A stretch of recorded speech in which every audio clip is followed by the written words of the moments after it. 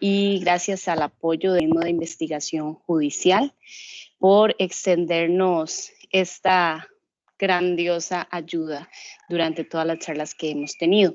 Voy a recordarles un par de cositas que es importante. La charla está siendo grabada porque posteriormente va a ser posteada en el canal del OIJ de YouTube. Entonces, para que tengan en cuenta que si no quieren prender la cámara, pues no la prendan, y todo lo que digan, al final vamos a tener preguntas de ustedes, de los asistentes, también va a quedar grabado. Entonces, para que ustedes sepan ese par de cositas. Muchísimas gracias. Por ahí veo a Cristian. Cristian es el encargado de la charla de hoy. Cristian Mora es el jefe de la sección de apoyo psicológico operacional del organismo de investigación judicial, y pues él es el encargado hoy de nuestra charla, la violencia de un agresor y cómo identificar los factores de riesgo. Les repito que al final vamos a tener la sección de preguntas que ustedes quieran hacerle a don Cristian. Y pues muchísimas gracias por conectarse. Les pido de nuevo, por favor, que apaguen los micrófonos para que no hayan interferencias. Cristian, ¿cómo estás? Johanna, muy buenas tardes. Un gusto nuevamente de estarlas acompañando. Es verdaderamente un placer compartir este tema tan importante con ustedes, que hacen una labor tan noble y tan importante y tan empoderamiento, ¿verdad? Para las mujeres y todas las personas que nos acompañan. Entonces, pues feliz de la vida de estar acá y tratando de transmitir algunos insumos que puedan ser de utilidad. Muchísimas gracias, Cristian. Entonces, le cedo la palabra para comenzar con esta charla. Perfecto, muchas gracias. Bueno, voy a empezar haciendo como una exposición de unos 30, 40 minutos, luego podemos pasar a las preguntas. Sí les recomiendo que si alguien tiene una pregunta de momento y a veces como se nos olvidan o algo, la puede apuntar en el chat y ahí nosotros la vamos viendo y la vamos procesando para que tengan pues toda la información que requieran y tengamos posibilidad de brindarles. Voy a tratar de compartir un contenido. Vamos a ver, para guiar la charla. Algunas personas puede ser que lo vean más rápido que otras, pero creo que ya ahí varias personas podrían estarlo viendo. Ok. ¿Qué pretendemos hoy? Bueno, en algún momento tuvimos otra ocasión de hablar un tema, vamos a retomar algunos conceptos básicos y vamos a profundizar en otros sobre los factores de riesgo. Siempre que hablamos de esto, hay un tema que es ineludible y ahora lo van a ver porque a nivel estadístico aparece. Lamentablemente somos los hombres los que incurrimos en más violencia. Lamentablemente son las mujeres las que son mayor objeto de esa violencia. Y por ende hay una responsabilidad compartida de los hombres de que trabajemos cosas que nos pueden ayudar a mejorar y a evitar esos lamentables y nefastos índices de violencia, pero también hay uno de las mujeres de tener esas señales de alerta y tampoco, digamos, impedir la reproducción de la violencia de diversas formas, evidentemente ejecutándola, pero también mediante patrones de crianza o mediante el mantenimiento de relaciones de pareja que sean disfuncionales y revictimizantes, porque posiblemente, y ojo, no estoy diciendo que sea una ley universal, pero suele ocurrir mucho que detrás de una mujer que es violentada de adulta, existen ideas existen eventos e historia de violencia anterior, y para nadie es justo, evidentemente, vivir toda su vida regida por la violencia y con temor de que la violencia sea una constante en su vida y en las personas que ama. Entonces, por esos motivos, evidentemente, tenemos que tratar de romper ese ciclo. Nosotros los hombres responsabilizándonos de lo que nos pasa a nosotros y cómo nos relacionamos con la gente, y ustedes también, mujeres, sobre todo evitando ser objeto de agresiones por las diferentes dinámicas que tenemos, que vamos a hablar un poquito, sociales, relacionales, etcétera. ¿Okay?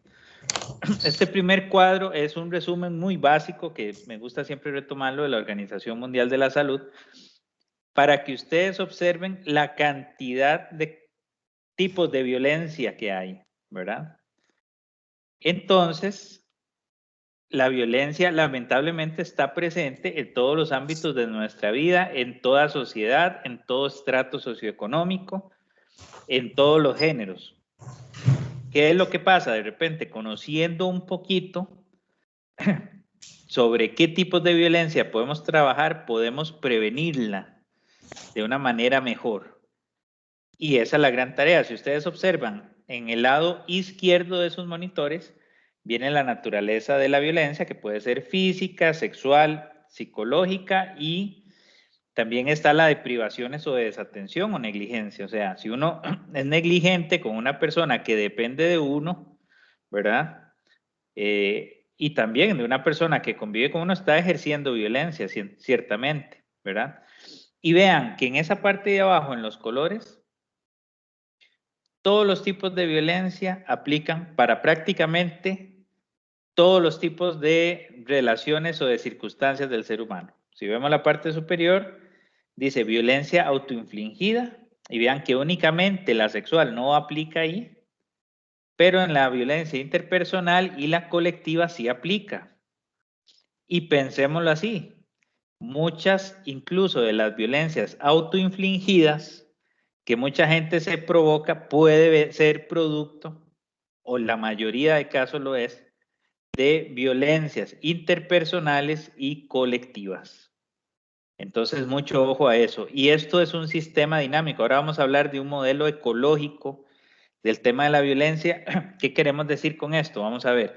A mí siempre me gusta apartarme de las ideas de estigmatizar o pensar que una sola persona es el bicho raro que comete violencia, porque no lo es así. O sea, la violencia tiene que tener un andamiaje. Por ejemplo, el tipo colectivo que ustedes ven en la parte derecha. Entonces, socialmente, mantener sociedades patriarcales y machistas y misógenas ayuda a que se pueda dar violencia interpersonal y esto pueda generar lo autoinfligido incluso, ¿verdad? Tener regímenes políticos donde no hay libertad de expresión, donde no hay respeto de los derechos humanos, hablando en violencia colectiva política. Eso genera muchos factores de riesgo para los otros tipos de violencia. Condenar a personas a la pobreza, tener personas en la marginación social, eso genera reacciones y diversos tipos de violencia que pueden ir desde la delictiva, explotación sexual comercial, etcétera. Entonces vean que eso repercute hacia lo de atrás. Interpersonal, ya vamos a entrar a trabajar un poquito de eso, ¿verdad? Y en la comunitaria también, y la autoinfligida muchas veces es producto de las dos anteriores, y por eso vale la pena que más allá de buscar bichos raros o manzanas podridas y creer que en un canasto solo hay una manzana podrida y ninguna de las otras puede serlo, es un error. ¿Y por qué es importante esto? Porque eso nos hace encender alarmas y eso nos hace quitarnos mitos de que la persona que comete violencia es aquella persona, ¿verdad? Esas películas de Hollywood que vive sola, que tiene trastornos mentales, que es errática. No, no, vean. Violencia la podemos ejercer ustedes y yo. Posiblemente la hemos ejercido en algunos contextos de nuestra vida. Posiblemente el grado de violencia no ha sido tal que no hayamos enfrentado un problema legal, o si lo hemos enfrentado, pues de repente no era muy grave. Pero el fenómeno de la violencia tenemos que entenderlo en este sistema ecológico, saber que es complejo, que en cualquier momento puede aparecer y que sí, efectivamente hay personas que van acumulando factores de riesgo que hacen que sean más propensas a generar esa violencia. Hoy vamos a hablar de cómo identificar eso en contextos de familia y pareja, pero no olvidemos que esos contextos se pueden dar en otras circunstancias y puede ser por diversas causas, ¿verdad? Entonces, violencia no es sinónimo o no es exclusivo de trastorno mental, no es sinónimo o no es exclusivo de pobreza, no es sinónimo, no es exclusivo de sexo masculino, aunque lamentablemente los hombres somos quienes lo hacemos más, ¿verdad?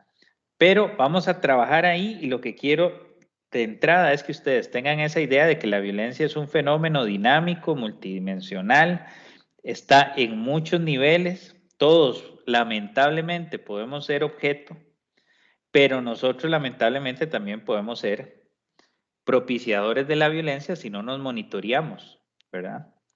¿Y por qué vamos a centrarnos en lo interpersonal? Bueno, por temas prácticos de la extensión de la charla, ¿verdad? Pero también mucha gente se interesa en saber, bueno, ¿cómo identifico en mi familia? ¿Verdad? Porque también las estadísticas son abrumadoras, lamentablemente en el hecho de que mucha de la mayor cantidad de violencia se genera en las familias, muchísima no se denuncia y la que se denuncia es la punta del iceberg y nos hace ver de una problemática que viene desde la concepción, digamos, o la confirmación de la pareja como tal, hasta todo el proceso de desarrollo, ¿verdad? Si ustedes observan ahí, índices de violencia intrafamiliar, mayores ofensores hombres, mayores víctimas mujeres. Se da que hay que convivir con otras personas, ancianos, personas adultas mayores, etcétera. Bueno, son víctimas de violencia en muchísimos hogares. En la pareja, por supuesto, y los niños también, ¿verdad? Entonces uno dice, ok, ya ahí estamos generando un germen para que haya violencia en la comunidad, para que las relaciones de pares, niños con niños, niñas con niñas, escuelas, colegios, se den relaciones de violencia y también relaciones con extraños. Y si aquí nos remontamos a algo que es muy reciente, pero también vamos a ver, muy simbólico, muy significativo en las redes sociales. O sea, uno ve discusiones, ofensas y cosas tan fuertes en redes sociales con gente que no se conoce, que lo que logras ver es una foto o un nombre o un alias. Entonces uno dice, ¿cómo la gente se atreve a ser tan violenta en un contexto en que no conoce a alguien o en una carretera o en un semáforo? Bueno, es porque el germen de la violencia está ahí y tenemos que entenderlo. Y tenemos que saber un poco de dónde viene para poder prevenirlo y también evitar que se perpetúe. ¿Ok? Entonces, vean, vamos a hablar de esta dinámica y también de cuáles son las dinámicas de la violencia, porque además de esos tres grandes escenarios, está el escenario de cada una y cada uno de ustedes. Está cómo se vivió la violencia en cada etapa del ciclo vital. ¿Cómo se vive la violencia de una persona recién nacido o un niño? Bueno, hay muchas formas. Hay desde formas de violencia con negligencia, incluso hay mucho maltrato físico a veces de casos que, y también no han sido extrañas, lamentablemente las noticias de fallecimiento de infantes por sus papás o cuidadores o por descuidos, ¿verdad? O violencia sistemática, y desde ahí empiezan un montón de procesos juntos, ¿verdad? Detengámonos un poco en esa imagen de esa niña que está gateando. ¿Cuántos tipos de violencia empiezan a ejercerse esos de ahí? Y también los de género. Por ejemplo, ok, si es niña, va a tener que ser en su futuro tales actividades y no puede hacer tales otras. Si es niña, tiene que vestir de ciertas formas, porque si viste de otras formas va a ser mal visto, ¿verdad? Y también, vean, se van generando ciertos chistes y cosas que son como micromachismos, ¿verdad? Que pueden ser peligrosos y que, vamos a ver, se relacionan con violencia. He visto en redes sociales en los últimos días muchos mensajes que se toman como con cariño, broma, pero uno dice, bueno, en el fondo hay que analizar qué tanta violencia hay. De papás con camisetas diciendo, ¿verdad? Como, mi hija es mi reina y primero pasarán muertos sobre mí antes de lastimarla, cosas de esas. Entonces uno dice, bueno, en el fondo está la lógica de querer proteger a la hija, es una persona significativa, importante, ¿verdad? Y protegerla del mal, pero vean que en el fondo está, ok, matar, voy a agredir, el hombre defendiendo a la mujer, que en el fondo, más allá de defender a la mujer, hay un tema de machismo, de defender la honra y el buen nombre de la familia. Pero ustedes recordarán antes que se daban los temas de duelos por honor, incluso habían figuras legales al respecto. ¿Y qué era eso? Bueno, si a una hija le faltaban el respeto o no llegaba virgen al matrimonio por un engaño de un hombre, entonces se iba a un duelo muerte. Y uno se queda pensando en el fondo, bueno, ¿ahí qué es lo que se está tutelando? ¿El honor del apellido de la familia o la integridad física y psicológica de la hija? ¿Verdad? Entonces, bueno, ya desde ahí, desde esa niña que está gateando, ustedes pueden vivir como mujeres diversos tipos de violencia. Los hombres también los vivimos y a veces eso es lo que genera configuraciones que después nos pueden predisponer más a la violencia, ¿verdad? Y ahorita vamos a hablar de eso.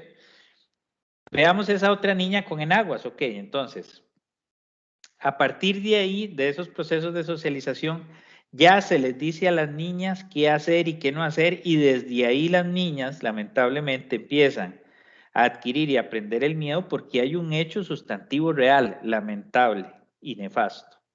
Muchas de las niñas son abusadas incluso en esas etapas tempranas y ojo, no usualmente por personas desconocidas, ese es el porcentaje más bajo, por personas dentro de la familia. Y muchas veces empieza la cosificación de la mujer y la sexualización de la mujer desde etapas tempranas, ¿verdad? Y también uno dice, bueno, ahí puede haber alguna corresponsabilidad entre familia, ¿verdad? Que lo hagan por tradición, por ignorancia, qué sé yo, ¿verdad? A veces quieren acelerarle la niñez a una pequeña y uno dice, bueno, ya tendrán toda la vida adulta para ser adultas, ¿verdad? Pero también incluso muchos perfiles de ofensores sexuales, ¿verdad? Y sobre todo los que tienden a ganar la confianza de los papás son los que suelen abusar de niñas menores. ¿Ok? Entonces, ojo ahí. Y hay muchísimas historias de mujeres que cuentan que las primeras escenas de abuso que han vivido han sido en etapas tempranas de su niñez. ¿Ok? Entonces, aquí vienen en juego otra serie de cosas del modelo ecológico que estábamos hablando. Niñas en vulnerabilidad económica, ¿verdad? Ustedes conocerán historias de niñas en zonas rurales o zonas urbano marginales o con algún tipo de necesidades económicas que los papás las envían en ocasiones, no sé, hacer limpieza de casas, etcétera, sin la protección y la presencia de ellos o incluso a sabiendas de repente que puede haber un riesgo de una persona y una persona que utiliza esa vulnerabilidad para abusar de esa niña, ¿verdad? Entonces eso suele darse lamentablemente y ahí uno empieza a pensar, bueno, antes era muy conocida esta canción de 40 y 20, ¿verdad? Y ese tema de que el amor no tiene edad, bueno, ¿qué tanto será ese cierto? O sea, una relación de una niña de 12 años con un mayor de edad, 18, 20, 30, 40 años, no hay una relación ahí de por medio de abuso. Y vamos a introducir otro término que nos va a servir para seguir explicando el resto de la charla. Poder. Hay ejercicio de un poder ahí, de someter una persona a la otra aprovechándose de, en este caso que les menciono, un tema económico y también un tema de madurez. Porque, por ejemplo, en esa fotografía o en esa imagen que ustedes observan ahí, esta muchachita adolescente de pelo largo y que está usando pantalón en el lado izquierdo, tendrá el mismo nivel de madurez si es adolescente que un adulto, que un hombre adulto que ha pasado por múltiples relaciones de parejas, o aunque tenga una, ya tiene más experiencia de vida que ella. Tendrá la misma relación de poder o equidad de si ella tiene necesidad económica y esa otra persona más bien le paga dinero por un tema de explotación sexual comercial o le trata de suplir ciertas necesidades a cambio de, ¿verdad? Entonces vean cómo hay varios temas de violencia que nosotros pensamos desde ciertos modelos que es un ejercicio de poder y no solo un tema de necesidad sexual, como a veces se plantea en los mitos, porque también lo que se nos dice la estadística es que muchos de los casos, estos hombres tienen posibilidad o incluso tienen de manera constante parejas de otras edades, ¿verdad? Pero ejercen cierto poder y control sobre mujeres de menor edad. Y lo ejercen de diversas formas, y hay formas de violencia que pueden ser más sutiles y otras más dramáticas. Por ejemplo, un golpe en una cara, un morete, es una forma dramática de violencia, o un asesinato, un femicidio o feminicidio, ¿verdad? Pero ¿qué tantas otras formas de violencia sutiles empezaron engachando a la persona para generar niveles de dependencia y poder dar el paso a esto otro? O sea, es muy poco probable que una pareja o un hombre enamorando a una mujer en la primera cita la golpee, o en la primera cita vaya y le diga qué ropa ponerse o qué no. Eso es muy poco probable. ¿Por qué? Porque hay una etapa de enamoramiento, de encantamiento, y usualmente eso suele darse en etapas posteriores. Hay todo un tema de ciclo de violencia que hay ahí. Pero volvamos al ejemplo. Si una mujer desde niña ha sido violentada y victimizada por diferentes tipos y círculos de violencia, cuando llega a un momento de madurez, es lo que conoce y eso no le suena nada extraño, y lamentablemente se normaliza la violencia. Lamentablemente a veces no son las propias mujeres dentro del círculo de violencia quienes logran discernir y pedir ayuda, sino que son las mujeres de afuera. Quienes me escuchan, ustedes posiblemente, si han vivido ciclos de violencia y ya están afuera, habrán podido notar esas diferencias. Si están viviendo un ciclo de violencia, pero aún se mantienen en la relación, posiblemente van a tener que atravesar otras etapas y ocupar mucha ayuda de sus redes de apoyo, llámese amistades, familia cercana, amigos, para poder observar eso. Y también habrá quienes me escuchan que más bien son la red de apoyo de otras amigas, de otras familiares, quienes les hacen tratar de ver de que están en un ciclo de violencia y que no pueden pensar que está mal o es anormal porque es lo que han estado acostumbradas a ver. ¿Ok? Entonces, durante cada etapa del ciclo vital, cada una de esas imágenes que estén ahí, posiblemente, nos dice la estadística, ustedes como mujeres han sido violentadas de una u otra forma, lamentablemente.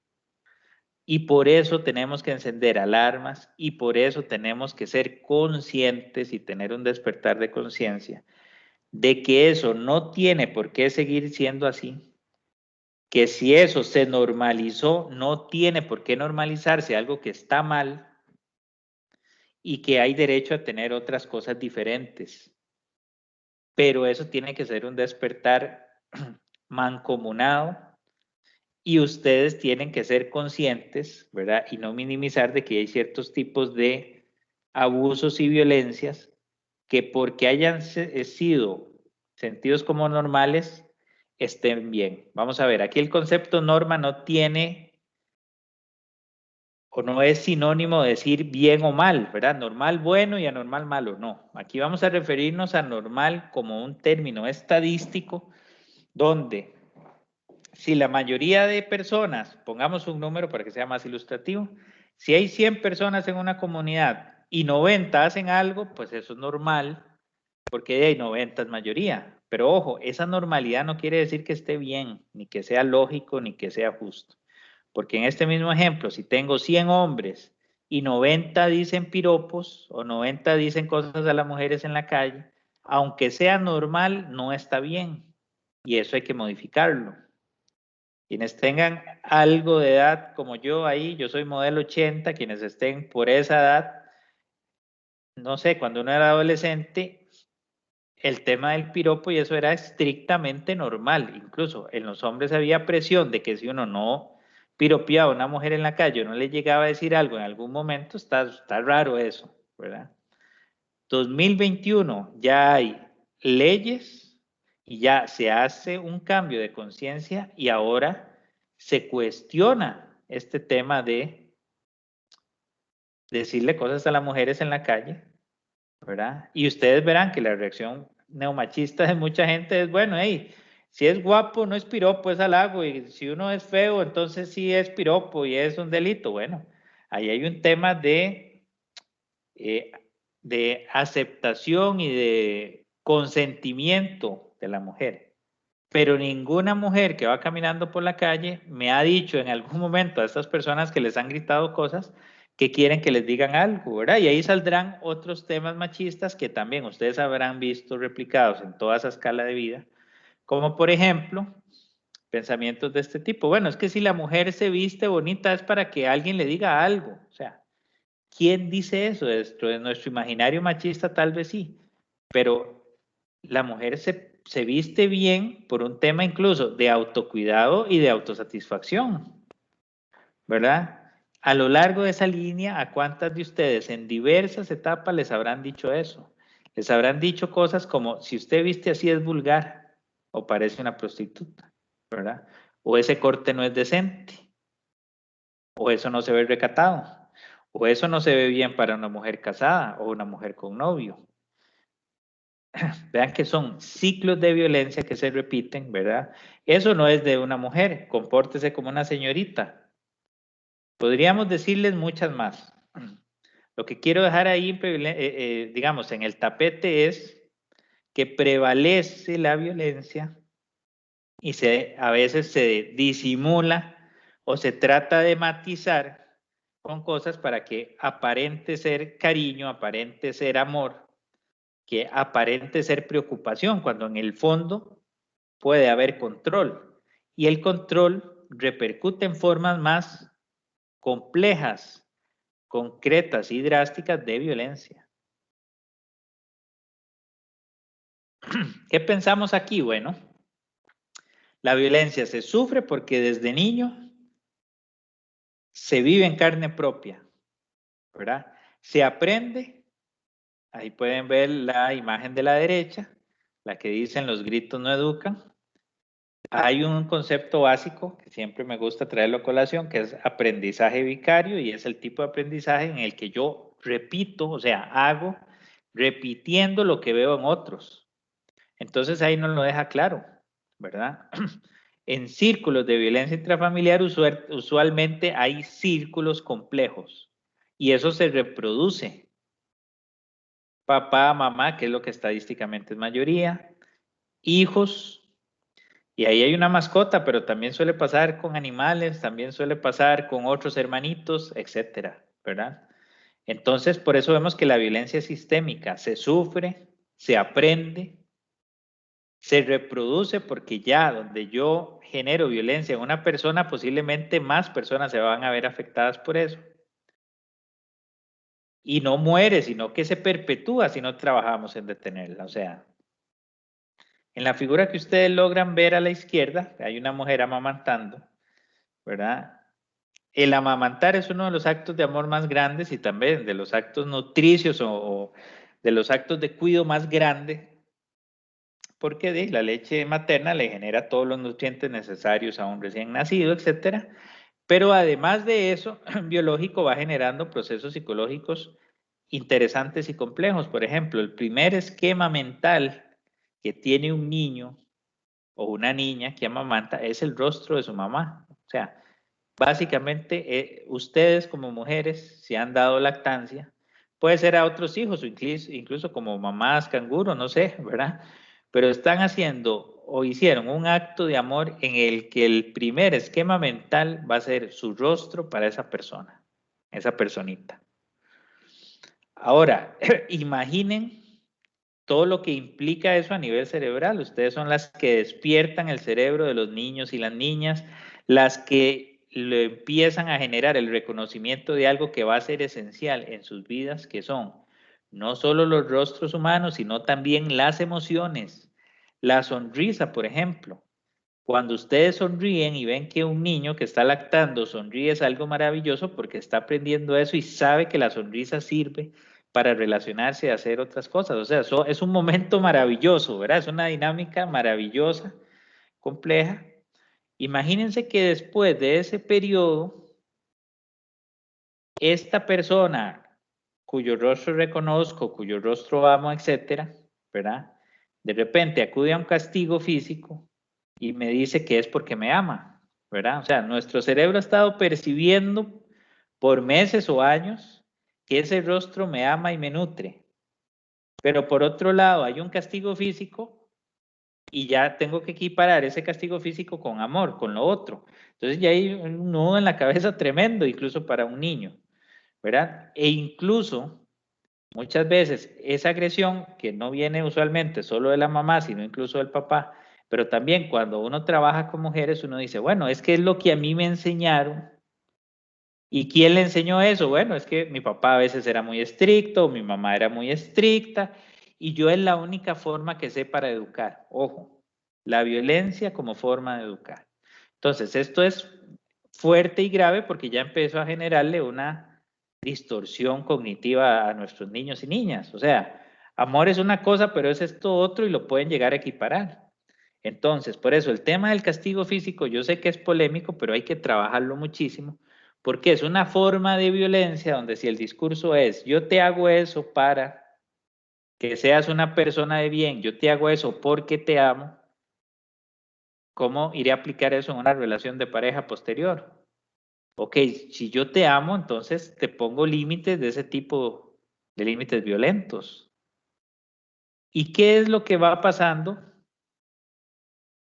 con el ejercicio de poder, con todas estas dinámicas que les digo? Bueno, que también en la sociedad en que vivimos hay ejercicios y prácticas de poder, hay una estructura patriarcal y usualmente no son las mujeres las que manejan muchos hilos de poder en sobre todo las relaciones y el modelo de sociedad que tenemos. Entonces, en una familia, el papá es el que corrige, castiga, mano dura, ¿verdad?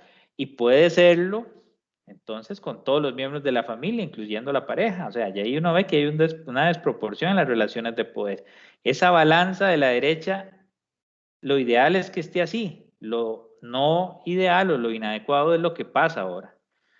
Que ese hombre gane más que la mujer o que tenga más posibilidades de inserción laboral o que sea el que maneje los recursos económicos, etcétera, generando relaciones de dependencia a la mujer.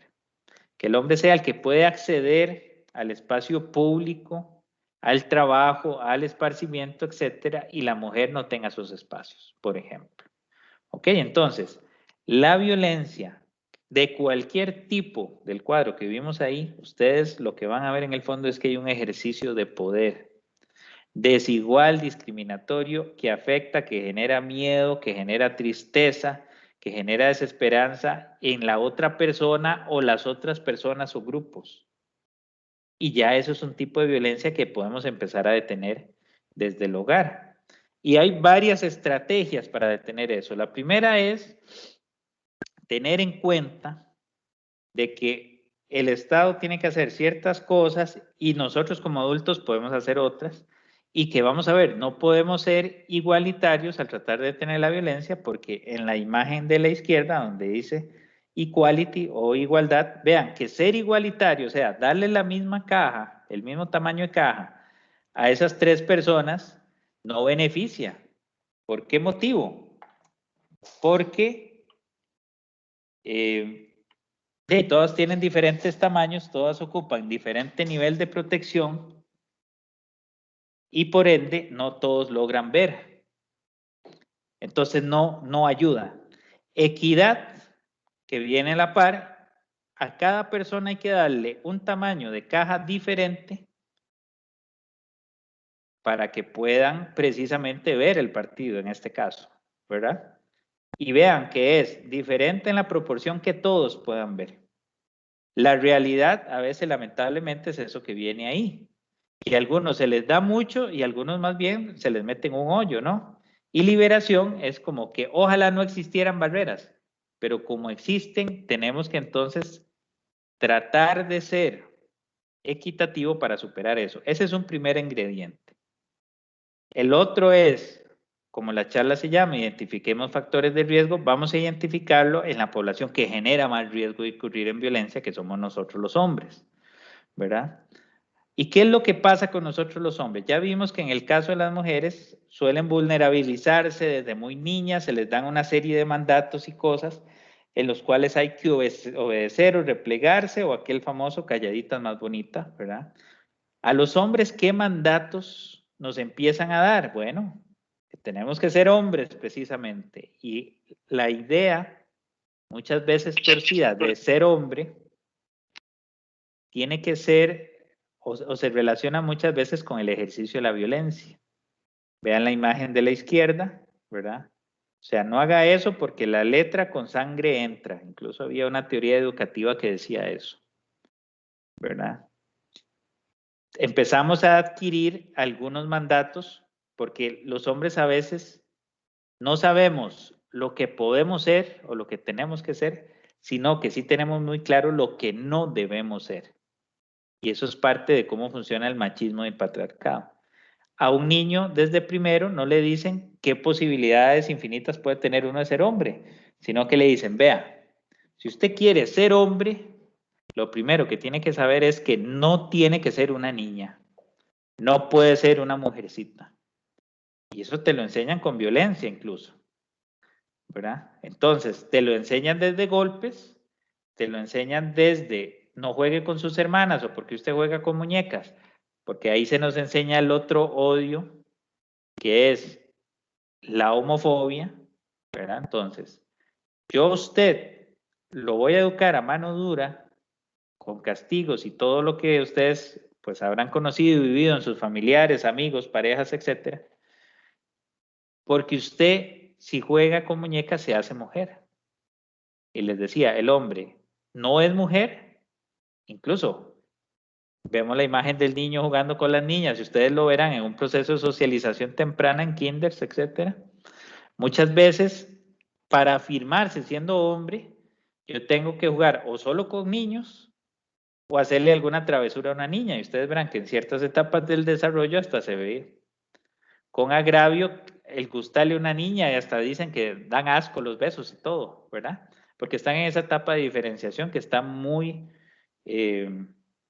estimulado, muy potenciada por estas cosas, ¿verdad? Entonces, un niño no es hombre, o sea, un niño para ser hombre no es mujer, no tiene que ser niñita, no es gay, no tiene que ser maricón, ¿verdad? Las palabras que se utilizan. Y la otra es, no tiene que ser vulnerable de ninguna forma, tiene que dominar.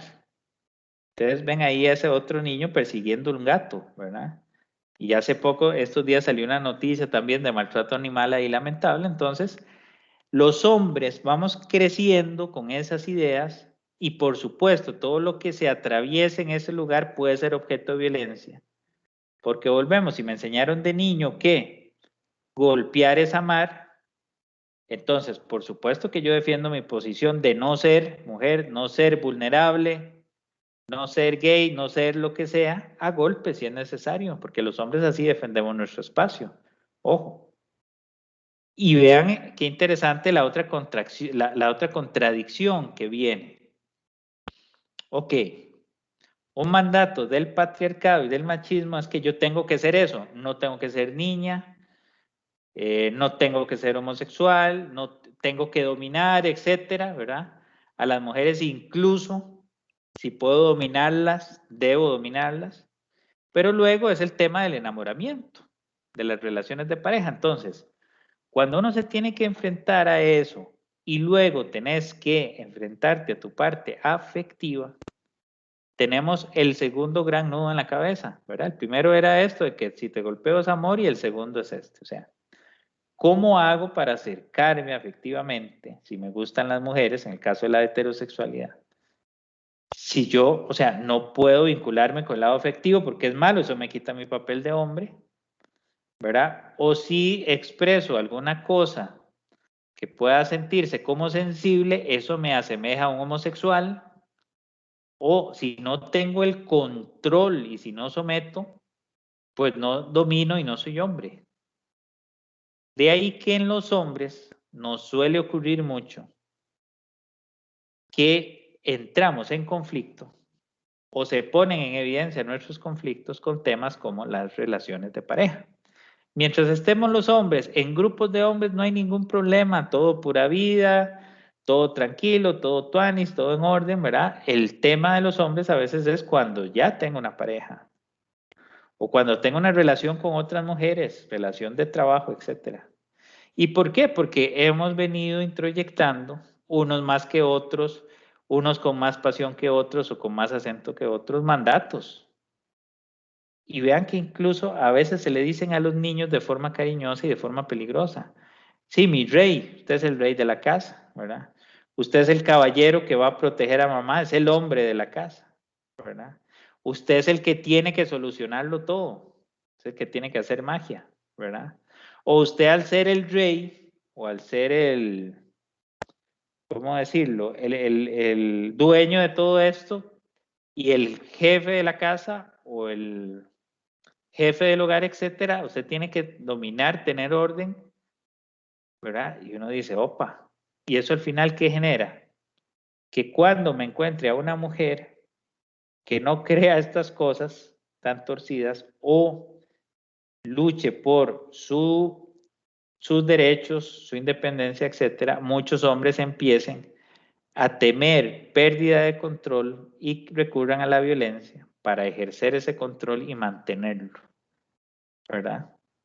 E igual, si a los hombres nos enseñan, vean eso, la vestidura de un rey, la armadura de un caballero, el traje entero de un mago, la túnica de un rey, todo eso, esos son corazas que nos ponemos y nuestra emocionalidad, como los niños no lloran y tenemos prohibido sentir emociones como las mujeres porque nos equiparamos a una mujer, ¿qué es lo que hacemos? Bueno, en esa cárcel que hacemos ahí, nuestras emociones, nuestros sentimientos no expresados son barrotes y empezamos a naufragar ahí. Y cuando el hombre a veces pierde el control, podemos saber que hay mucho sufrimiento, ¿verdad? Y sentimiento de fondo, pero ahí empieza un gran problema, que me descontrolo y recurro al que es usualmente el único sentimiento que podemos expresar en público los hombres, que es el enojo, ¿verdad? Y al control para demostrar que amo. Y es un control que muchas veces es enfermizo. Ya para ir cerrando, veamos unos aspectos que nos dicen que son factores de riesgo contra las mujeres. Y aquí vamos a reconocer que los hombres precisamente tenemos de estos aspectos y ahí se puede identificar los factores de riesgo de un agresor. ¿Ok? Vamos a hablar, volviendo al modelo ecológico, ¿verdad? De que la violencia se presenta a nivel por temas individuales, de relaciones, de comunidad, de la sociedad en general, todos estos 4 niveles, que se intersecan o se topan, digámoslo así, para aumentar el riesgo de que mujeres y niñas sufran violencia, porque estadísticamente, así lo dice no solo en Costa Rica, sino en todo el mundo. Entonces, si una niña o niño y una mujer atestiguan o experimentan abuso desde la infancia, es un gran factor de riesgo. ¿Cómo identifica un ofensor? Si vulnerabiliza niños y niñas o tiene conductas violentas a nivel psicológico, verbal y físico, ojo, ahí no es. Cuando hay abuso de sustancias, incluyendo el alcohol, por supuesto, se genera más violencia. Entonces, en una pareja, si hay abuso de sustancia, si no hay posibilidad de introspección, o sea, de hacer una reflexión en torno de que eso es dañino desde la salud hasta las relaciones de quienes me rodean, ahí no es. Pertenencia de las mujeres a grupos marginados o excluidos, o sea, cuando hay temas de dependencia económica, o cuando hay hombres que también pretenden por patrones de control que la mujer no pueda desarrollarse en el estudio, en el trabajo, ahí no es. Cuando hay limitadas oportunidades económicas, ¿verdad? Ahora hay mucho tema COVID, desempleo, ¿verdad? Hay mucho tema de reducción de ingresos, etcétera, ¿verdad? Pero si a la mujer yo ejerzo acciones para mantenerlas en ese estado de marginalidad y mis celos, mi control o ideas sobre que las mujeres no son capaces de hacer ciertas cosas, ¿verdad? Es un factor de riesgo, es un factor de riesgo de abuso doméstico. Si genero matrimonios forzados o matrimonios con mucha distancia de edad, incluso hay una ley ahora que tipifica, ¿verdad? Este tipo de relaciones. Si hay explotación sexual y trata, ya sea anterior o con las parejas actuales, ahí definitivamente no es. Cuando hay disparidades económicas, educativas y laborales entre hombres y mujeres, al interior de una relación íntima, es decir, incluso se pongan bloqueos para que una mujer ascienda porque de repente el hombre se siente menos proveedor o menos hombre porque su pareja gane más, ahí no es. Cuando hay conflicto y tensión dentro de una relación íntima de pareja y ese conflicto y tensión se relacione a temas de ejercicio de control, ejercicio de poder, ahí no es. Cuando haya acceso inseguro de las mujeres al control de los derechos de propiedad y tierra, ¿verdad? Entonces ideas como de que yo soy el hombre, yo manejo todo en la casa, o lo que es tuyo es mío y lo que es mío, ¿verdad? Cosas de ese tipo. O haya violencia legal para acceder a patrimonios de la mujer, ahí definitivamente no es. Cuando hay control masculino en toma de decisiones y respecto a los bienes, y aquí uno lo puede agregar a control masculino o actividades y prácticas que refuerzan la subordinación femenina y toleran la violencia, por ejemplo, las prácticas de la dote. Dote era como me caso con alguien y la familia me tiene que dar algo a cambio, ¿verdad? También. Pagos por la novia, matrimonio precoz, etcétera. Definitivamente ahí no es. Cuando hay faltas de espacio para las mujeres y niñas y niños, espacios físicos y virtuales de encuentro, o sea, cuando se quiere enclaustrar a la mujer y se piensa, la mujer es de la casa, el hombre de la calle, las mujeres tienen que tener pocas amistades porque cualquier amistad lo que va a querer es tener una aventura amorosa con ella, le limito o le controlo sus redes sociales, le limito o controlo su mundo afectivo, es decir, usted no visite a su mamá, no visite a su familia, no visite a aquella amiga, ¿verdad? Entrañable que tiene de la universidad, del colegio, etcétera. Cuando hay ese tipo de control, ahí no es. Cuando hay un uso generalizado de violencia dentro de la familia y de la sociedad para enfrentar los conflictos, o sea, si hay una persona que la forma de solucionar conflictos es con golpes y con violencia, ya sea con familia cercana, familia política, definitivamente ahí tampoco es. A nivel más social, cuando hay un marco legislativo y políticas para prevenir y hacer frente a la violencia limitado o restringido, esa es una sociedad que empieza a generar riesgo. Y por eso en nuestro país el marco legal tiene que ser robusto y fuerte para no solo recibir denuncias, sino para ejercer factores de protección, pero para que las mujeres también puedan romper círculos de violencia. Igual, si una sociedad no tiene sanciones para los perpetradores de la violencia y no se concientiza a las personas de que pueden acceder a sus servicios, así como a las personas de que la violencia es un mal, definitivamente esa sociedad está generando un riesgo enorme para todas las personas, pero sobre todo para sus mujeres. Y nada más para ya terminar y dar espacio a sus valiosas preguntas. Un par de datos estadísticos. Este es de violencia intrafamiliar, cuadro superior derecho, presuntos agresores y agresoras. La porción gris representa a los hombres, que somos un abrumador 79%, y en víctimas, ¿verdad? Por ende, un 80%. Y el sexo y estado civil de personas ofensoras domésticas, mito, no son solas ni nada. Alguien diría, bueno, es que tienen que ser casadas para ser domésticas. No necesariamente, hay otro tipo, ¿verdad? Pero véanlo aquí, solteros, hombres, pero mayoritariamente casados hombres, ¿verdad? Versus divorciados, viudos, etcétera. Y otra lamentable estadística de delitos sexuales. Vean la imputación de delitos sexuales cuyos imputados son hombres y personas ofendidas son mayoritariamente mujeres en una proporción ofendidas, no, 88% mujeres versus la imputación de 94% de hombres, y ustedes ahí podrán ver la cantidad de casos por imputado. Por ejemplo, abusos sexuales contra menores de edad, mientras los hombres son 4.034 imputados, las mujeres son 215. Y relaciones sexuales con menores de edad, mientras en los hombres son 2.672 imputados, se imputaron solo 167 mujeres, ahí viene una lista de delitos sexuales como violación, por ejemplo, 1.827 hombres imputados versus 108 mujeres. Y en total, delitos sexuales en este año que tomamos de referencia, cosas que lamentablemente no se modifican mucho en el tiempo la estadística, mientras hubieron 9.996 imputados hombres, solo hubieron 657 imputadas mujeres. ¿Qué nos dice eso? Tenemos que prestar mucha atención a todos los factores que les acaba de relatar. Son factores de riesgo importantes. Si ustedes me preguntan, Cristian, ¿los hombres pueden cambiar? Yo estudié psicología y creo en la posibilidad de cambio de todos y de todas. Pero a veces si muchos factores se acumulan y sobre todo no hay un esfuerzo por trabajar y cambiarlos, el pronóstico no es bueno. Cuando los hombres quieren cambiar, pueden buscar las herramientas igual con las mujeres.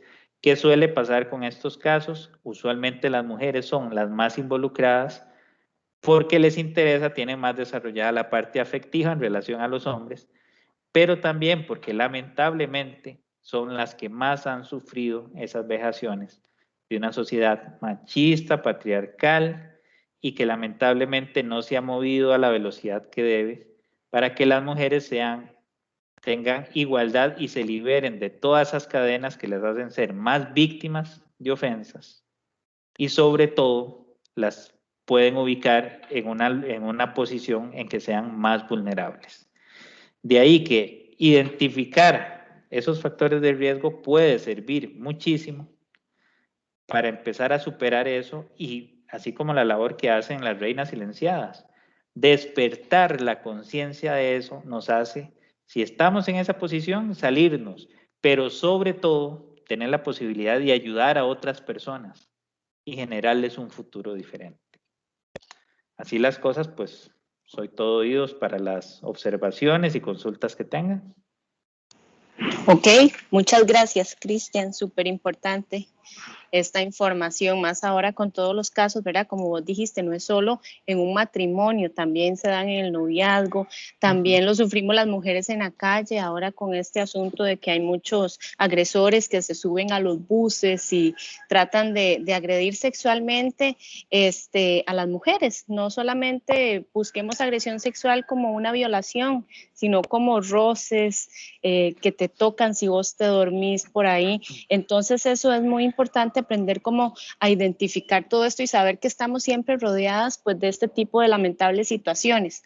Vamos a dar espacio entonces para las preguntas. La persona que quiera hacer una pregunta nada más me levanta la manita y pues acá entonces yo le cedo la palabra. Tengo a Natalia María Chacón.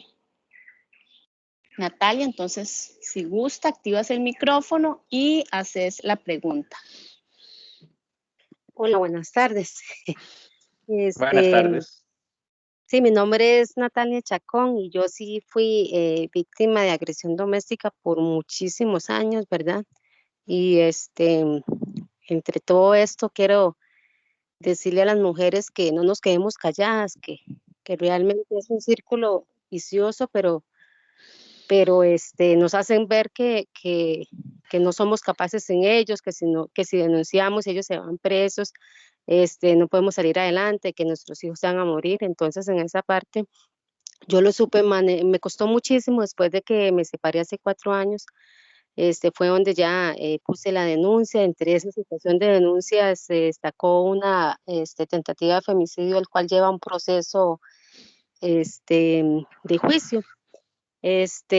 Bueno, parte de mi pregunta es que hay veces, digamos, en las redes sociales, ¿verdad?, cómo se tiran esta situación y todo, y ahora con esta manifestación de los hombres, sabemos que hay muchas mujeres también que agreden a los hombres, ¿verdad?, y que callan también, pero como que yo me indigno, ¿verdad? Yo soy la mamá de uno de los hijos de un manifestante que fue ahí realmente, y prácticamente porque yo lo viví, lo pasé, lo veo como una burla hacia mi país, a Costa Rica, y cómo se burla de las leyes de acá. Siento que él es un agresor, estuvo un agresor fuerte, ¿verdad? Porque él estuvo preso anteriormente con la otra pareja de él, Y así mismo me hizo creer a mí que la pareja de él le había puesto una denuncia falsa y ahora él fue a manifestar también con respecto a la tentativa de femicidio que la denuncia es falsa. Él se hizo una página en Facebook que se llama Parcerito quiere ver a sus hijos, ¿verdad? Y entre esas, quedo yo como indignada, donde él dice que yo le puse una denuncia falsa, donde ahí completamente, todos los, todas las evidencias, todas las pruebas, ¿verdad? Para que se pasara a juicio. Ahora, mi pregunta es, con toda esta situación de la manifestación y todo eso, bueno, yo quedé un poquito deprimida y de todo, ya gracias a Dios me van a volver a retomar en trabajo social, porque yo estoy con el proceso de protección a la víctima. Y ¿qué sucede cuando, digamos, esa personas agresoras que ya se siente ahogado, hace ese tipo de cosas? Porque yo quedaba asustada porque ya dieron un régimen de visitas sin contemplar de que él tenía medidas de protección, ¿verdad? Entonces, sin contemplar eso y él recogiéndole y haciéndole, llegando a hacer a mi casa escándalos. Yo tomé las medidas y todo, pero igual dijeron que lo iban a contemplar. ¿Qué se puede hacer, digamos, en esa situación? Porque hay un régimen de visitas y si yo incumplo, yo ya prácticamente me iría como presa por desobediencia a la autoridad. A él le dieron un documento donde firmaron 3 jueces, ¿verdad? Entonces, yo también estoy con miedo, entonces yo le doy a uno de mis hijos que sí se quiere ir con él, el mayor no, pero se lo doy siempre con ese miedo, ¿verdad? De que evitar, no se los doy porque realmente tengo que dárselos, prácticamente se lo estoy dando es como obligado a ese documento, ¿verdad? De donde si no, yo tengo que irme presa por la desobediencia, entonces para ver cómo me pueden orientar un poquito con eso. Gracias. Sí, muchas gracias. Creo que tu pregunta es compleja porque tiene varias partes ahí, ¿verdad? Hay cosas relacionadas con procesos judiciales que, digamos, usualmente nosotros no nos referimos al proceso en sí porque no conocemos el fondo, ¿verdad? O sea, no tenemos todo el contexto como para emitir un criterio respecto a eso. Sí, lo que nosotros siempre recomendamos es el respeto y la observancia a los procesos judiciales y sobre todo al quemar etapas, ¿verdad? Hay etapas de apelación, incluso si uno no está acorde, si no está de acuerdo con una resolución judicial, puede apelarlo. Y estas medidas periódicamente son objeto de revisión, ¿verdad? Entonces eso se puede hacer ahí. Y pues ya un representante legal, un abogado, te podrá documentar mejor de cuáles son las pruebas o evidencias que tenés que tener para estar presentando en esas readecuaciones de medidas. Con respecto a cómo se comportan las personas, vamos a ver, el ser humano tiene infinitas posibilidades de hacer cosas para bien o para mal, ¿verdad? Las posibilidades de cambio dependen de cada persona y también hay un tema de toma de decisiones en las familias que hay que ir respetando la autonomía de los miembros de la familia teniendo en cuenta obviamente las edades que tienen. Entonces, por ejemplo, uno entiende que si hay un niño o una niña de muy corta edad, pues se tutelan obviamente los derechos en favor de la parte que tenga mayor posibilidad de protegerlos, que usualmente son las mamás, ¿verdad? Y eso no es de gratis, es porque suele darse estadísticamente que eso es lo que se presenta mayormente, ¿verdad? Cuando han habido casos de violencia intrafamiliar, una de las recomendaciones es, primero, tener redes de apoyo robustas y fuertes a quienes recurrir. Si ya hay una medida legal, respetar la medida legal tal cual y tener posibilidad de mucha comunicación con los hijos para que ellos puedan tomar decisiones más acordes a sus anhelos, acordes a sus deseos, porque también hay que respetar la decisión de ellos, de la convivencia de un padre u otro, ¿verdad? En ese caso, la protección tuya, ¿cuál podría ser? Pensaría uno. Evidentemente, hacer todo, como se dice ahí, si hay regímenes de visita, etcétera, pero siempre tener compañía de personas de tu confianza, porque si ya hubieron antecedentes de agresión, se pueden dar muchas manipulaciones de circunstancias y cosas, y como vos bien decís, puede ser que uno sea objeto de un derecho, pero termine por una manipulación o una situación malintencionada siendo acusado. Y cuando ya hay procesos legales de por medio, eso suele darse. Entonces, ojo con eso, hay que tener mucho cuidado. Y con hombres que han ejercido manipulación o han tenido antecedentes de violencia, ¿qué tan factible es que eso suele ocurrir o siga ocurriendo? Bueno, es bastante factible desde el hecho de que muchas veces hay hombres que ni ellos aceptan de que hay cosas que haya que cambiar. Entonces, a partir de ahí, ya uno le dice qué posibilidades hay de razonar o negociar con esa persona en un plano más informal o más de confianza, o más bien, desde qué punto yo más bien hago todo con testigos y todo por la vía legal, porque definitivamente no se puede hacer de otra manera. Y conste, es importante si algunas de ustedes han estado en círculos de violencia intrafamiliar que puedan tener ese apoyo, porque parte de estos ciclos de violencia hay una etapa que ustedes habrán escuchado mucho que se llama la luna de miel, ¿verdad? Que es como esa reconciliación y esa serie de conductas y estrategias que se puede tener para reconciliarse con la esperanza de que todo va a cambiar. Pero cuando uno tiene una historia larga de violencia, cuando uno tiene una mentalidad muy machista, cuando uno ya tiene historia con las propias parejas, créanme que es muy poco probable que de la noche a la mañana yo cambie. Para cambiar hay que hacer un esfuerzo y se ocupa trabajo. Y eso, si ustedes no lo ven en la persona, es muy poco probable que se dé.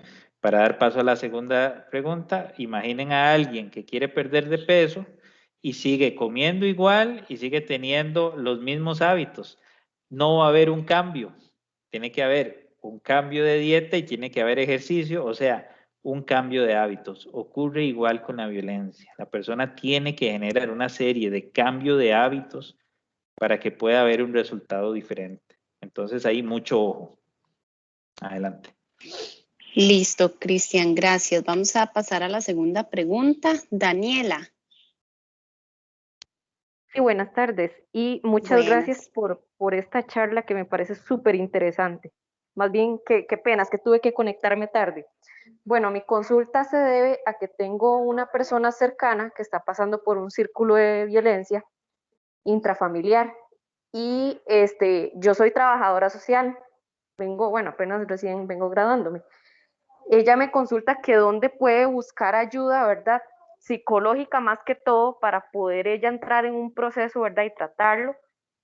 Yo le mencioné, me parece que el INAMU es una entidad, ¿verdad? Que brinda ese apoyo, pero ella dice que ya como llamado y demás, pero no ha tenido como alguna respuesta, que ella quiere lo más antes posible encontrar esa ayuda. Yo sé que también hay como grupos, creo que hay uno que se llama codependientes, no sé si la verdad sirve o no, ¿verdad? Si funciona o no para eso, tal vez ustedes me puedan orientar. Gracias. Gracias, Daniela, por la pregunta. Mira, si hay un tema de violencia intrafamiliar, uno diría que lo primero que hay que acudir es a colegas psicólogos o colegas tuyos, trabajadores sociales, u otros grupos interdisciplinarios que trabajen el tema, ¿verdad? Por ejemplo, INAMU es una entidad que tiene mucho trabajo con este grupo. Si por alguna situación no consideran a INAMU como una opción, los servicios de salud de la caja, hay colegas que trabajan ese tema, ¿verdad? También hay ONGs que pueden orientar en cómo guiar esa situación, porque, vamos a ver, el tema de violencia intrafamiliar puede ser que haya componentes de dependencia emocional, pero puede ser que no, ¿verdad? Entonces, como no es un hecho psicopatológico y no es que necesariamente es una persona vulnerable, yo conozco personas que lamentablemente mujeres en altos cargos con muy buena especialización profesional y todo, han sido víctimas de violencia, ¿verdad? Entonces uno dice, es un fenómeno que hay que buscar personas especializadas. Hay también ONGs que pueden ayudar. Digamos, si la apreciación inicial es que es un tema de violencia intrafamiliar porque no hay una valoración psicológica, etcétera, yo los grupos de codependencia u otros grupos que sean más estrictamente para otros temas psicológicos no los recomendaría porque de repente la persona puede tener varias cosas ahí rondando en su mente, se puede enfocar en otro tema que si bien puede ser importante, no es indispensable del cual sacarla. Ese tema de violencia intrafamiliar es indispensable que ella salga de ese círculo y es lo primero que habría que trabajar. Ya si hay Sí, otros temas disculpe psicológicos, ajá, que lo adelante. interrumpa. De hecho, por eso precisamente les hago la consulta, porque me parece, y les voy a ser muy sincera, que una entidad, ¿verdad? Como es el INAMU La Caja, ahorita tienen demasiado trabajo, y más con la pandemia, entonces difícilmente la vayan a atender, y ella sí quiere que la atiendan directamente, ¿verdad? Para que la atención sea un poco más directa y más especializada. Sin embargo, no encuentro como un lugar donde yo le pueda recomendar, porque es una persona muy cercana, que sí le vayan a dar un seguimiento, porque si la caja le aprueba y le dice que sí, que la van a atender, probablemente la vean como cada mes, y cada mes sinceramente para mí no es como tan razonable, y no va a ser tan constante y tan Sí. rápido. El problema es ese, que no ahorita todo el mundo está en disposición de atender por la pandemia, porque ya me ha pasado que he buscado medios también por parte de psicología, de la UC, hasta en la UCR, que me parece que tienen una clínica psicológica, anteriormente también la Ulicori, que tenía lo que es trabajo social, ¿verdad? Que atiende en la clínica, pero ahorita con la pandemia se ha restringido mucho, entonces sí me preocupa porque ya ella ha tenido intentos suicidas. Voy a intervenir yo. Perdón, ustedes saben que con Opa. esto a veces pasan accidentes.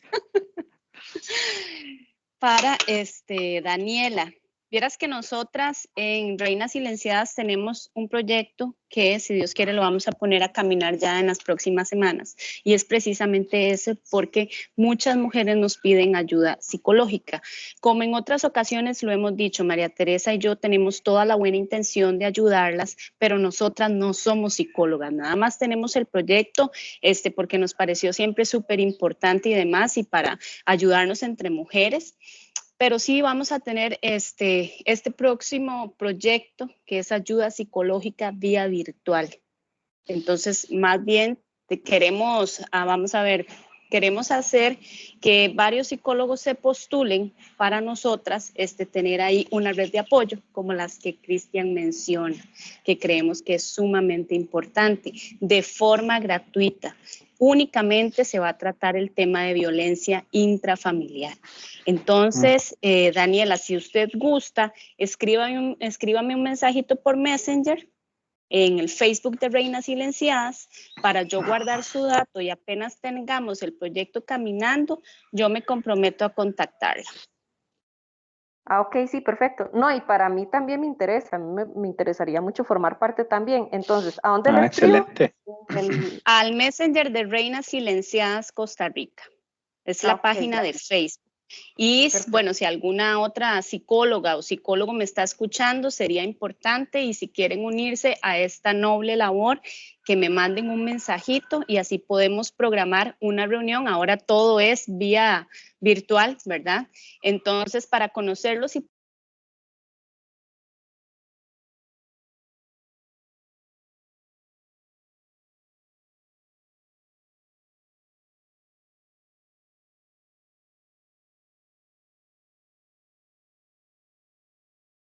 Conejo Dixon y Angie Sánchez Morales, para que también lo tomen en cuenta. Efectivamente, hay muchas municipalidades que tienen esa opción, ¿verdad? Y sí, evidentemente con el tema del COVID, otro, lamentablemente, de los grupos que se ha visto muy vulnerado es precisamente las mujeres, porque los temas de violencia intrafamiliar han aumentado, ¿verdad? Sobre todo con el tema de las cuarentenas.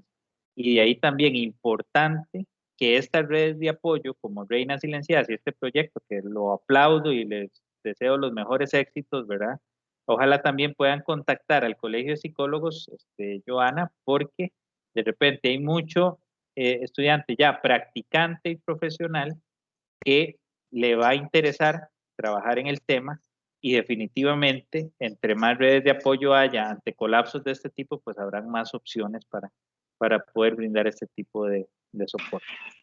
Perfecto, Cristian, gracias. Aquí lo anoté. Continuamos con Jimena.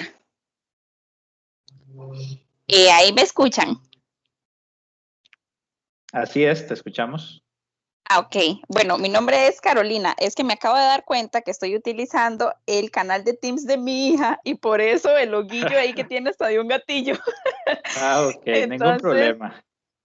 Pero bueno, bueno, agradecerles a los organizadores y a vos por hacer la charla, Cristian. Tomando como referencia el comentario que acaba de hacer la colega Daniela, yo también soy trabajadora social, me surgen varias dudas. Bueno, no sé si ella hizo mención, si ya esta persona tomó la decisión de separarse del esposo, porque también me surge la duda, ¿verdad? De si primero yo como víctima inmersa en una situación de violencia, primero tengo que buscar atención psicológica para mí o si primero antepongo una denuncia, ¿verdad?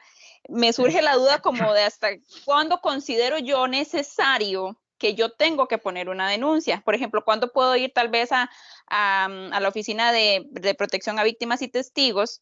Y tal vez si ahí mismo, si se formula una denuncia ahí, o no sé si ahí es el correcto lugar, si ahí no le ofrecen esta atención a estas personas, por ejemplo, una atención psicológica dentro de ese departamento.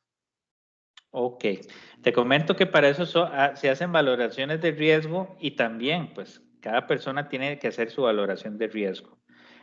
¿Qué quiero decir con esto? Vamos a ver, para mí, cualquier acto de violencia en que ya la persona se sienta intimidado o violentado, y más aún físicamente, ¿verdad? Pero de cualquiera de las otras formas, y no haya una forma, o se intentaron formas de mejora y no se pudo salir de ahí, la denuncia es esencial.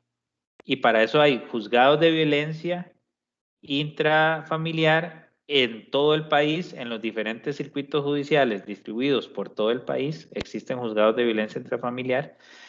Y claro, a veces si se piensa mucho en una denuncia puede ser demasiado tarde, ¿verdad? Entonces, si uno hace una valoración de riesgo así, muy a grosso modo, si ya una pareja te está violentando, incluso ya el grado de violencia escaló a violencia física o gritos o violencia patrimonial de otro tipo, etcétera, no hay que pensarlo para poner la denuncia.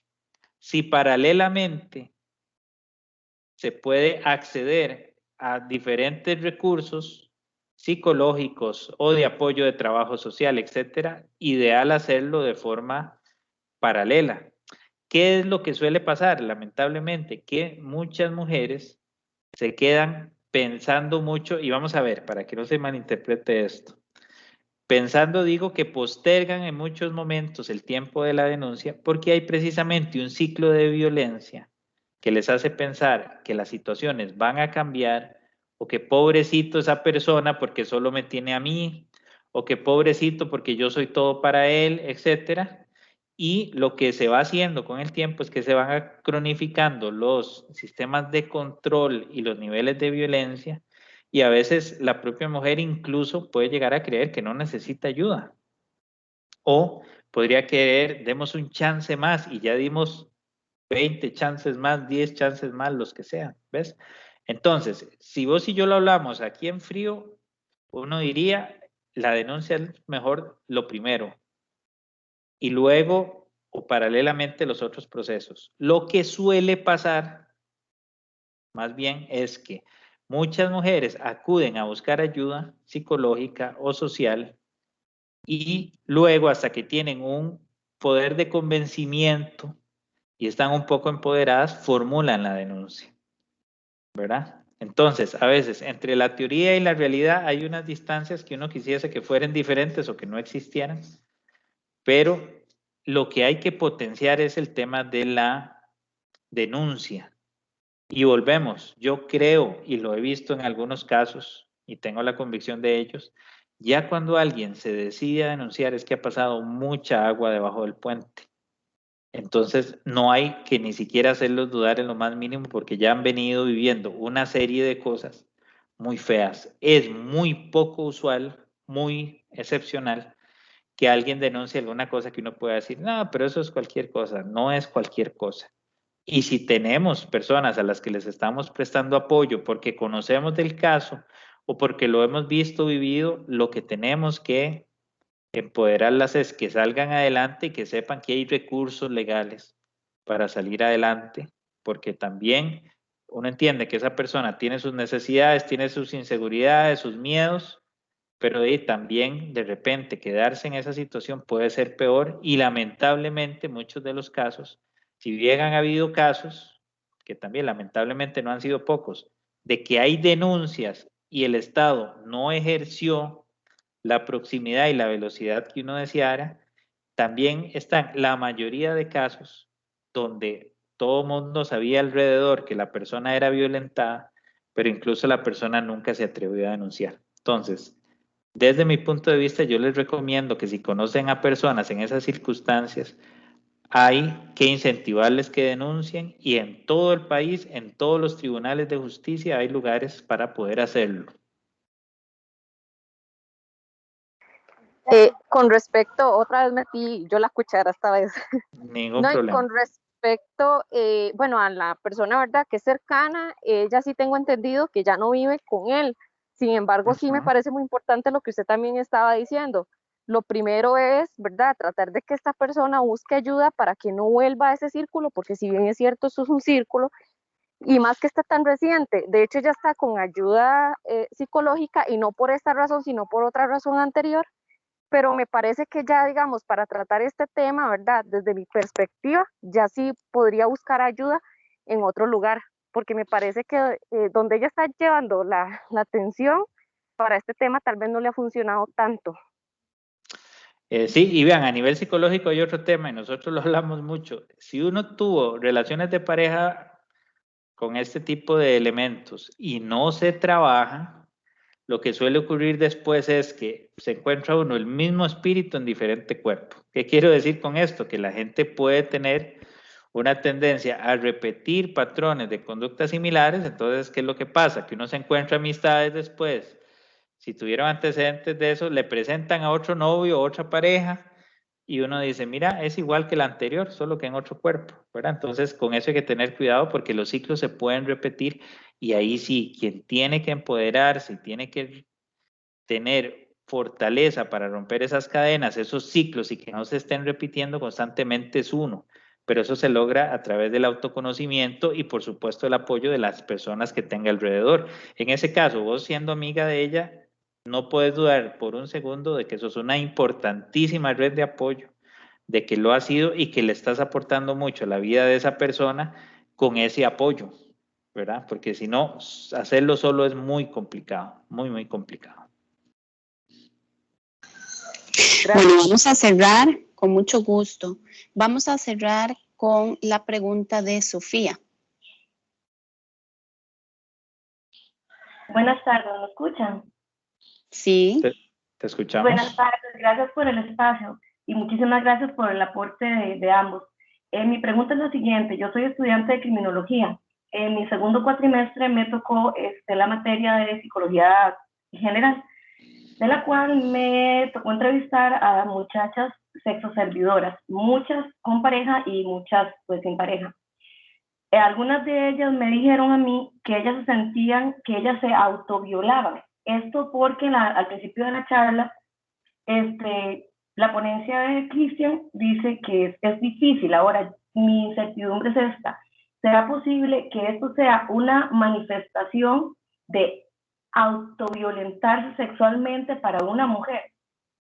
Y otra cosa, digamos, partiendo de esa lógica o de ese concepto, ¿cómo podría ser de ayuda para que ellas, de esa manera que me lo expresaron a mí, las demás también lo comprendan? Muchísimas gracias. Sí, muchas gracias por tu pregunta. Vamos a ver, con el tema de la explotación sexual comercial hay muchos aristas, ¿verdad? Hay muchas mujeres que lamentablemente, eso lo indican muchos estudios, son empujadas a esa condición por un tema no solo económico, sino también por haber sido víctimas de múltiples tipos de violencia previo, ¿verdad? Entonces son mujeres que usualmente se ven empujadas a esa dinámica y es una manifestación lamentable y revictimizante de cosas que han vivido en el pasado. De hecho, hay ciertos ya trastornos psicológicos que se relacionan mucho a condiciones similares, incluso temas disociativos, ¿verdad? Porque, vamos a ver, cuando uno le pregunta a una persona cómo hace para separar el sexo del afecto, ¿verdad? Es algo complejísimo, ¿verdad? Y muchas de ellas dicen cosas como, bueno, yo hasta sentía que no estaba en el lugar, pensaba que no estaba en el lugar, me imaginaba otras cosas y uno dice, bueno, eso tiene una repercusión, ¿verdad? A veces uno encuentra en jóvenes que tienen ese tipo de manifestaciones, cuestiones como autolesiones, ¿verdad? Como cortes, como otro tipo de situaciones como arrancarse el cabello, tricotilotomía y otro tipo de manifestaciones. Entonces, ¿qué suele pasar así? Vamos a ver, hay que analizar qué tipos de redes de apoyo tienen estas personas. Y usualmente muchas de estas personas, lamentablemente, continúan esas relaciones de violencia y de poder y control en contra de ellas porque son víctimas de proxenetas.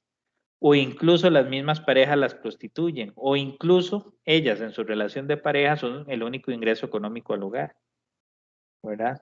Entonces es una combinación de temas emocionales muy complejo y volvemos, muchas de ellas pueden haber ya normalizado ese tipo de violencia, pueden haber normalizado eso como que es un trabajo normal o habitual, ¿verdad? Y de repente si el patrón de relación que han tenido con los hombres es de ese, de violencia, de te pago, tengo sexo con vos, te pago, puedo hacer con tu cuerpo lo que yo quiera, evidentemente son personas con las que habría que trabajar muchísimo para poder tener posibilidad de que se vean como víctimas, como lo que realmente son en esa condición y que son sobrevivientes a una situación de la que no han podido salirse porque hay una condición ahí socioeconómica.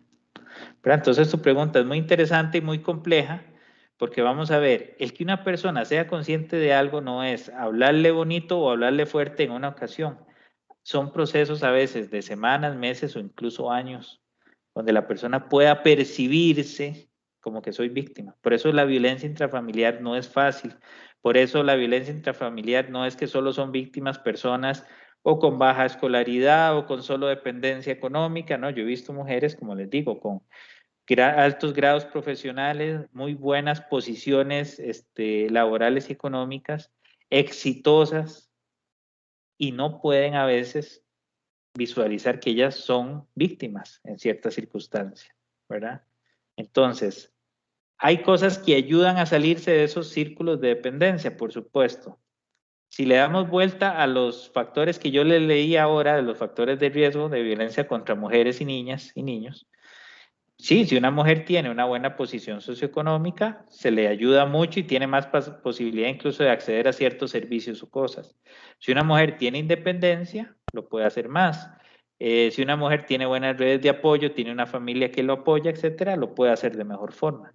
Pero conforme vayamos restando eso y vayamos sumándole riesgo, esas condiciones van a hacer que las personas puedan ver cada vez menos su condición de vulnerabilidad, puedan verse menos como lo que son víctimas en este tipo de temas de violencia y también tengan menos posibilidad de poder trabajar para salir de ahí. Ok, bueno, ya finalizamos las preguntas. Cristian, muchísimas gracias. Yo creo que de acá nos quedó algo muy en claro y algo en la que todos podemos ayudar y es en las redes de apoyo. Si usted conoce a alguien, una prima, su hermana, su cuñada, una amiga que está pasando por una situación de estas, es muy importante que usted sea ese pilar en el que esa persona pueda apoyarse. ¿Por qué? Porque muchas veces las mujeres, por naturaleza, siempre buscamos contarle pues a una amiga cercana algo que tal vez no estamos dispuestas ni siquiera contárselo a la mamá o a algún familiar por miedo a que se inclinen, ¿verdad? Por qué sé yo, del lado del hijo, del lado del hermano. Entonces buscamos una amiga o un amigo que nos pueda escuchar. Entonces eso es muy importante. Hemos tenido casos en Reinas Silenciadas en donde gracias a una amiga la persona puede y logra salir de ese círculo de violencia. Entonces eso es muy importante. Recordarles también lo que dije hace un ratito, si usted es psicóloga, psicólogo y usted nos quiere ayudar, puede escribirnos un mensaje al Facebook de Reinas Silenciadas para poder coordinar una reunión y que usted pues se una a esta causa. Siempre recordándoles que nosotros somos una organización sin fines de lucro. Y no, pues de mi parte agradecerle de nuevo al organismo de investigación judicial por estas charlas que son tan importantes y yo sé que de acá, bueno, sacamos muchísimos aprendizajes y si usted está siendo víctima de violencia intrafamiliar ya tiene un panorama un poquito más claro. Y pues no, muchísimas gracias María José también que anda por ahí. Y esperemos a ponerle fecha a la próxima charla, Dios mediante. Insisto, siempre me gusta decirle, si usted está sufriendo de violencia, por favor, y es un caso de extrema emergencia, llame al 911. Ahí siempre van a obtener la ayuda que ustedes necesitan y nunca se esperen para denunciar, porque lamentablemente